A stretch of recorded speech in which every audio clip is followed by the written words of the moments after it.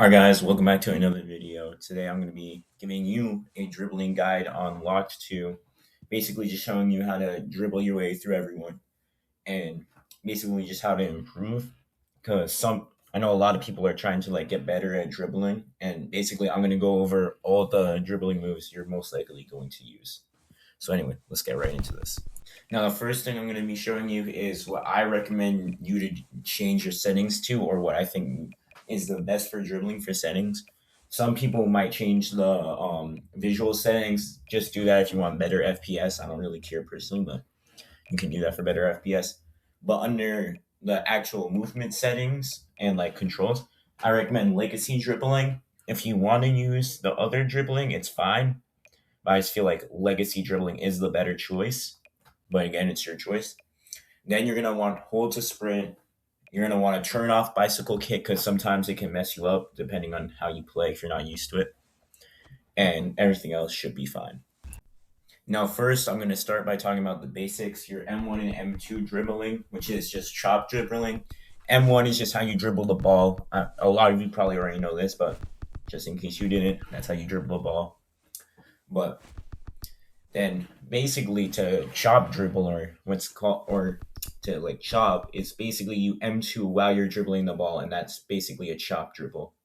So now I'm going to basically be showing you a flick. This flick is mainly for shorter players, like if you're 5'3", it'll work better. But since I'm tall, it's going to be hard to do. This isn't meant for 4'3", or if you're a tall height, you shouldn't use this one. You should use the next one. But basically, you're just going to aim up at an angle and then kick the ball, and then you're going to chase the ball. Now, I can't do it since I'm too tall, but if you're shorter, you'll run faster and you'll catch up with the ball. And basically, you're going to want to just dribble it. All right, so now it's tall flicking, and basically, you're going to do the same thing as the previous flick, but you're just going to want to aim up higher at the angle you're looking at. And basically, you're just going to header the ball instead of dribbling it when it comes down. So it's not going to get as much distance, but it's closer to you and it's higher up. So you should be the only one that's able to header it as long as you're 6'3" and they don't have bunnies. But basically, that's what this type of dribbling is. You just flick and header. Now I'm going to talk about self-lobbing. You really can only do this if you're tall, which is yet again another dribbling for being tall, but so you might want to be short for dribbling despite this because it's good with the movement. But anyway, you're just going to flick it straight into the air. Now, this one, it's predictable. It's obvious where it's going to land. Everyone can see it. But if you're tall, sometimes that won't matter. This is mainly if you just want to go straight down the field, just trying to ignore everyone. I recommend using this at kickoff because especially if the other person is short, you can easily just flick it over them, basically, and they can't get it. So that's mainly what it's used for, but it is still good on its own. But if someone has bunnies on defender, you'll most likely lose the ball. Okay, so now this is flick dribbling. This is the last dribbling I'm going to be teaching you. But basically how it works is you're just going to flick the ball up into the air, and once you see it reach its top peak, how I'm doing, you're going to want to just dribble it and it will go back down to you. And you're just going to want to keep repeating this as you keep dribbling. And I recommend starting this by just dribbling in a straight line with it, just to get used to it and understand how to do it. But as you feel more comfortable with it, you can start moving around and throwing in other dribbling methods in between it, like self-lobbing, flicking, doing a normal header flick. And just also you can maybe introduce chop dribbling back into it too if you want to. But basically, this is your bread and butter. This is what you're going to be using all the time. So I recommend getting good at this because this is the most important one, I would say, out of all of them. All right, so now I'm going to be talking about weapons and which weapons you want. So first, you're going to want some form of dribbling weapon, whether that be bachira scissors move. That's really good. I recommend it.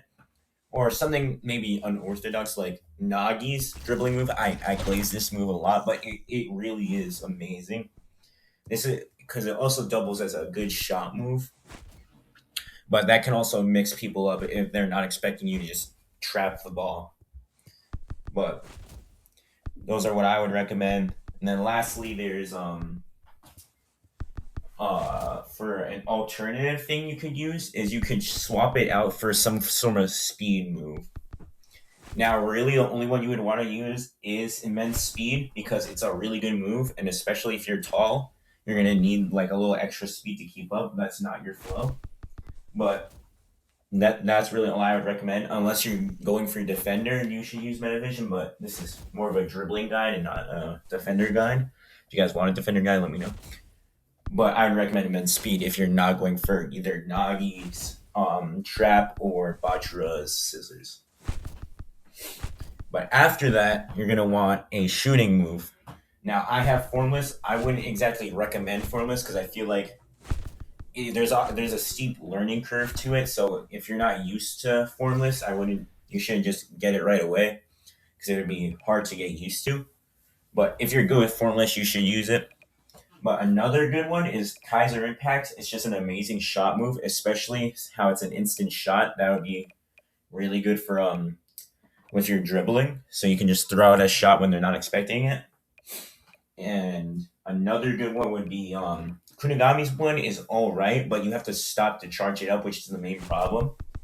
But if you have that distance from other people, it would be really good to use it. But another one that I highly recommend is crushing header, because you might header a lot already, so you're gonna try and keep the ball in the air a lot of the time. So this would be really good to mix up instead of just going for like dribbling with a header. You just shoot with the header, and then they won't be expecting that, and you'll most likely score. And crushing header is just a good move all around. So basically, those are the weapons I recommend, and that's the end of this video. Don't forget to like and subscribe. And if there's any other guides or something I didn't mention in this video that you have a question about, just comment below, and I'll most likely answer. Anyway, have a good rest of your day, and I'll see you guys next time.